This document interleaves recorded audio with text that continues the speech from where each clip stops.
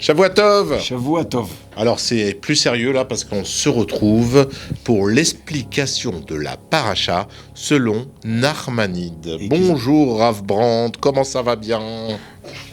Tu es un peu trop sérieux et haut pour moi. Hein.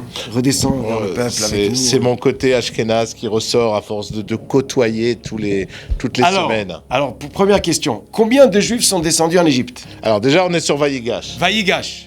Narmanide. Combien de Juifs le verset sont nous dit descendus en Égypte? Combien de Juifs sont descendus en Égypte? Il y a Yaakov, ses enfants avec leurs femmes, leurs enfants aux enfants. Après tout ça, combien ça fait? 1233. Presque. Le nombre, c'est 70. Comme ça, toi, 70 Juifs sont descendus en Égypte. Ah ouais, j'étais pas loin. Tu te rappelles combien ils sont sortis? Oui, 120 000. 600 000. 600 000, pardon, j'ai pas compté. 3 550. Voilà, hors taxe. Alors, 70 sont descendus. Prenez un Chumash, vous lisez, il y en a que 69. Il manque le 70e.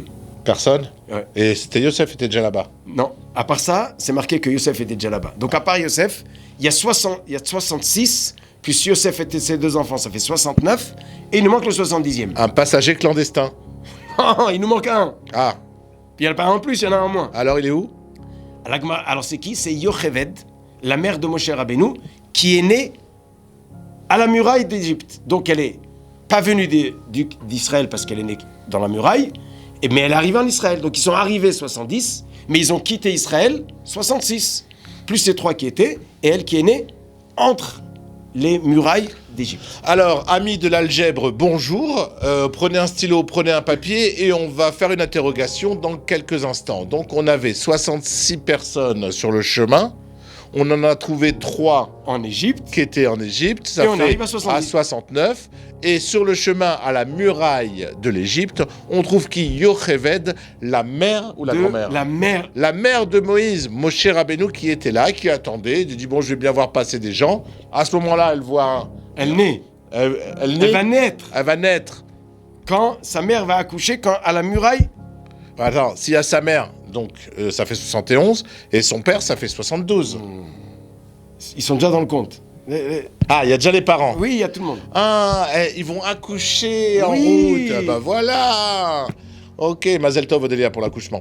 Mais le problème, c'est que tu as bien dit, la mère ou la grand-mère? Oui. Tu te poses une bonne question. Moshe Rabbeinu, il a quel âge quand on sort d'Égypte? Alors, on va dire que... Alors, le papier stylo, celui qui veut, celui qui n'a pas, c'est pas grave. Celui qui a une bonne tête, sans papier stylo. Mais ils ont tous des bonnes têtes. Hein. Ils ont réussi toute leur vie à calculer... Alors, nous, on va prendre un papier et un stylo. Le business. Donc, nous, on en est là, on a besoin d'un papier et un stylo, mais vous en avez pas. Alors, notre problème, il est comme ça. Moshe, il va avoir, à la sortie d'Égypte, quel âge? 120 ans. 80 ans. 80 ans. Combien de temps les Juifs sont en Israël? En Égypte?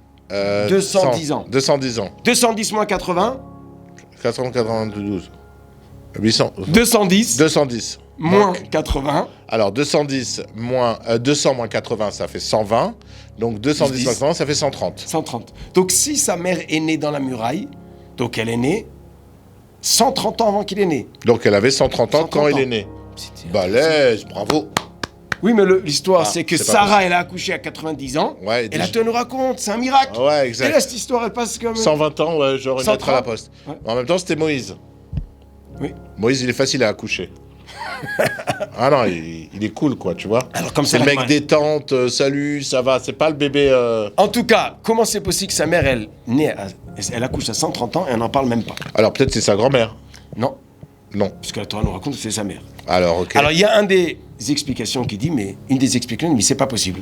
Elle s'est cryogénée pendant 5-6 ans? Non, c'est pas possible qu'elle est née si tôt. Parce que sinon, 130 ans... Alors, c'est qui le 70e? Attends. On aurait dû écrire dans la Torah ce miracle qui est encore plus grand que le miracle de... Sarah. Maintenant, on passe à la deuxième question. Monsieur Lévi, le papa de cette fille. Oui. C'est la fille de Lévi. On est d'accord. Lévi, il a quel âge quand il rentre en Égypte? 43 ans. 20 ans. Pourquoi? Puisque Yaakov, il avait 130, et Yaakov, il s'est marié à 77, à 84, et il a eu Lévi 3 ans après à 87. Ouais. Donc s'il a maintenant 130, son fils Lévi, il a 43. Alors, si vous venez de regarder à l'instant Israël Torah, vous n'êtes pas sur une émission de mathématiques, vous êtes bien sur la paracha de Vayigash. Hein. Les chiffres et les lettres, tu connais ou pas? Alors, consonne, alors, maintenant, S, voyelle, U. Alors, il y a une explication qui veut dire que non, que que Yocheved est née bien plus tard. D'accord. Alors, le plus tard que possible qu'elle est née, c'est quand? C'est tant que son mari Lévi vivait. Oui. Puisque Lévi a vécu 137 ans et qu'il est rentré en Égypte à 143. Donc dire qu'il a accouché à la fin de sa vie à 137 ans, c'est aussi un miracle. Non, c'est possible, un mec. Oui, mais on voit bien que la Torah nous raconte qu'Avram, il a eu un enfant à 100 ans et c'était un miracle. Ouais. Donc 137 encore plus. Ok. Là, ça pourrait marcher que s'il a 137 et sa femme, elle aurait peut-être que 57 ans. Bon. Oui, en même temps, on vient de parler de Sérar qui avait 400 ans. Ah. Et là, on arrive à Nachmanide. D'accord. C'est que tous ces problèmes-là, il dit Nachmanide, le Ramban, il dit ne me pose pas de questions comment Yocheved elle accouche à 130 ans et ne pose pas de questions sur toutes les choses que tu comprends pas. Et d'ailleurs, il nous dit je vais t'amener une question encore plus grande. Est-ce qu'il y avait de la pollution à l'époque? Est-ce qu'il y avait des cigarettes? Est-ce qu'il y avait de l'alcool? Est-ce qu'il y avait du saumon qui était avec... Alors, est-ce que c'était pas un monde on a que 10 minutes. écologique? C'était pas un monde écologique à l'époque où ils pouvaient mourir à 400 ans parce qu'ils n'avaient rien qui pouvait les attaquer comme maladie? Alors, David Amelech, il est né combien de temps après que les Juifs sont rentrés en Israël? Il est né exactement 52 ans après. 370 ans. C'est ce que j'ai dit. Le problème, c'est que depuis,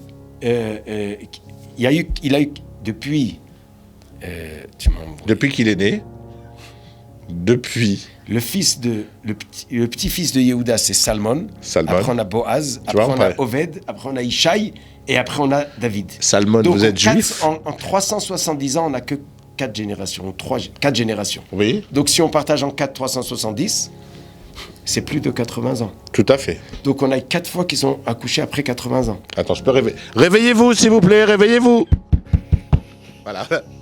Bon, allez, on va conclure. Hein. Ouais. Tu m'as endormi, là. Non. En tout cas, on revient à nos moutons. Ouais. Il dit le Ramban, il y a eu plein de miracles qui étaient hors normes, parce que Dieu, il gère son monde avec des miracles quand il en a besoin. Ok. C'est pas ça le chidouche. Le chidouche, c'est quand le Navi se prononce, il voit avoir un miracle. Par exemple, Sarah et Abraham, il vient le malach, il dit dans 1 an, tu vas avoir un enfant. Et là, elle va l'avoir. Ça, c'est un miracle que la Torah raconte. Mais à part ça, bien sûr qu'il y a beaucoup de miracles, peut-être encore plus grands, qui se passent tous les jours, au service de Dieu. Et la nature et le miracle, c'est Otodavar. C'est la même chose pour Dieu. Oui. Et ces miracles-là, ils ne sont pas écrits explicitement, ils sont écrits cachés. Mais on peut les retrouver Bérémez. C'est pour nous apprendre que Dieu gère le monde et que la nature et le miracle pour lui, c'est la même chose. Il y a quelques miracles qui ont été écrits explicitement. C'est des miracles que Dieu, avant, il a dit, ils vont être. Okay. C'est là où il se dévoile. En miracle. Clairement, voilà. Dévoilé. Avec une prémonition avant. Voilà. Mais à part ça, si tu lis la Torah bien comme il faut Bérémez, il y a des allusions de beaucoup de miracles. L'histoire ne peut exister que par des miracles. Mais ils sont cachés. Et à nous de les retrouver. Et quand on les retrouve, comme les miracles qu'on n'a pas maintenant, on apprend avec ça notre émouna que le monde ne s'est pas fabriqué tout seul, ne se gère pas tout seul, et qu'il a donc un but, un sens. Donc l'histoire du Sefer Bereshit, elle nous allusionne beaucoup de miracles cachés, que sans eux, l'histoire ne marche pas, pour nous apprendre que tout le long de l'histoire, le monde est géré par Dieu et qu'il a un but et tout est fait pour que on atteigne le but. Exactement. Voilà. Alors, chers amis insomniaques, si un soir vous avez du mal à vous endormir, allez sur Israël Torah, demandez cette émission, elle est spécialement faite pour vous, avec plein de chiffres, plein de calculs, c'est magnifique. Donc, c'est l'émission Nachmanide de Vaïgash, ok? Voilà. Alors, à la semaine prochaine. À la semaine prochaine, hein, parce que vous m'entendez? Et voilà, on a perdu la moitié maintenant. Vous êtes là? Allez. Voilà. Shabbat shalom. Shabbat shalom. À la semaine prochaine. À la semaine prochaine.